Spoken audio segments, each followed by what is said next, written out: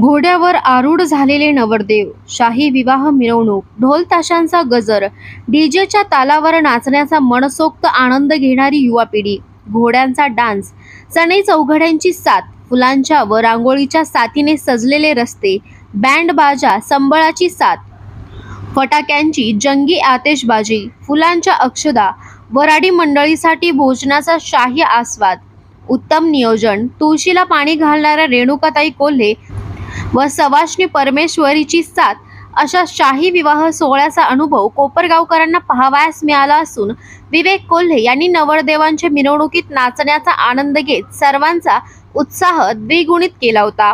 सेवा हाच धर्म मानून काम करणारे संजीवनी युवा प्रतिष्ठान आयोजित सर्वधर्मीय सामुदायिक विवाह सोहळा 2025 मोठ्या उत्साहात कोपरगाव तहसील मैदानात येथे पार पडला। प्रतिष्ठानचे संस्थापक युवा नेते विवेक कोल्हे आणि युवा सेवक यांनी अतिशय चोख नियोजन केले होते।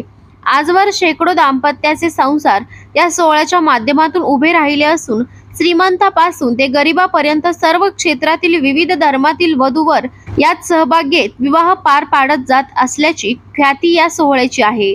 संजीवनी युवा प्रतिष्ठान आणि सामाजिक काम हे एक समीकरण असून सर्व समाजाच्या उन्नतीसाठी माजी मंत्री स्वर्गवासी शंकरराव कोल्हे यांनी दिलेला लोकमंत्र सर्व कोल्हे कुटुंबीय व युवा नेते विवेक कोल्हे सर्वार्थाने पुढे घेऊन जात असून सर्वधर्मीय विवाह सोहळा काळाची गरज असल्याचे प्रतिपादन राष्ट्रसंत जनार्दन स्वामी आश्रमाचे मठाधिपती परमपूज्य रमेशगिरी महाराज यांनी केले।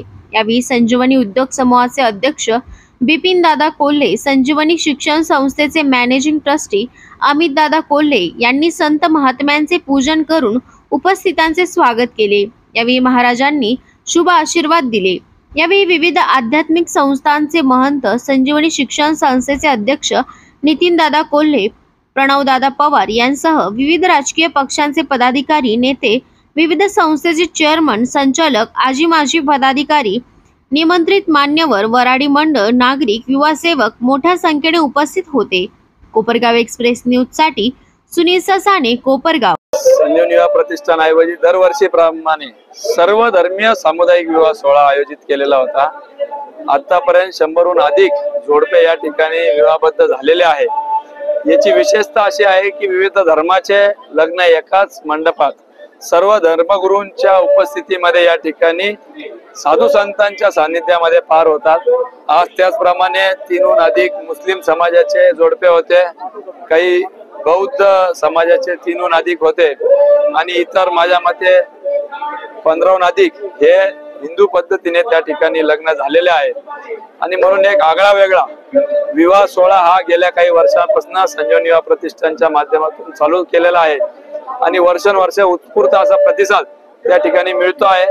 अगदी घरातला विवाह सोहळा असल्यासारखा कोपरगावकर याला भरभरून प्रतिसाद त्या ठिकाणी देता सकाळी वधूवर त्या ठिकाणी येऊन त्यांना मणी, मंगळसूत्र, जोडवे, पैंजण आणि संसार उपयोगी भांडे या ठिकाणी त्यांना देण्यात येतं। हे विनामूल्य विनाशुल्क या ठिकाणी केलं जातं आणि अगदी गरिबांपासून तर श्रीमंतांपर्यंत सगळ्याच याच्यामध्ये सहभागी होतात। 60 लाखाचा पॅकेज असलेले IT च्या युवक देखील आमच्या या ठिकाणी सामुदायिक विवाहामध्ये लग्न केलेलं आहे। अगदी व्यापारी, कापड व्यापारी किंवा डेकोरेशनचा व्यवसाय असलेला युवक देखील या ठिकाणी लग्न करून अतिरिक्त फाटा देऊन खर्चाला तो सामाजिक कार्याला लावून आदर्श समाजापुढे ठेवलेला आहे। भारतामध्ये नागरिक जर बघितलं तर जातपात धर्मामध्ये एकंदरीत अडकलेले पाहायला मिळतात। आज आपल्या इथे सामुदायिक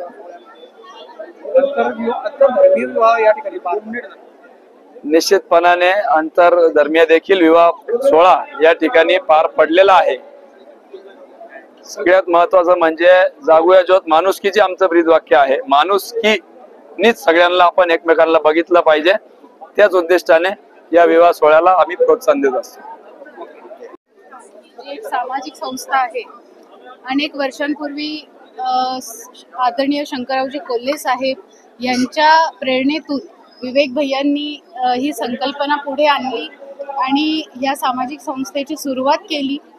खरं तर आपल्या हिंदू संस्कृतीमध्ये आपण असं म्हणतो की सर्व जाती समभाव, त्यामुळे सर्व विविध जातींचे इथे लग्न सोहळे पार पडतात आणि आम्हाला खूप आनंद आहे की आमच्या हाती हे पुण्य काम होत आहे.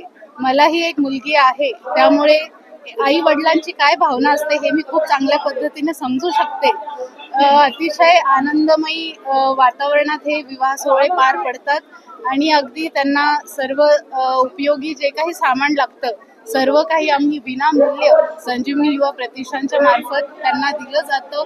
सर्व संजीवनी युवा प्रतिष्ठानचे युवा सेवक हे अनेक महिने मेहनत करून ह्या विवाह सोहळ्याची सगळी काही तयारी करतात आणि मला खूप अभिमान आहे आमच्या सर्व युवा सेवकांचं, तसंच विवेक भैया कोल्हे यांचं, की अतिशय चांगल्या पद्धतीचं काम त्यांच्या मार्फत सुरू आहे आणि कन्यादानाचं पुण्य हेही आम्हाला लाभतं. हे विशेष करून परमात्म्याची आमच्यावर कृपाच आहे असं मी म्हणेल.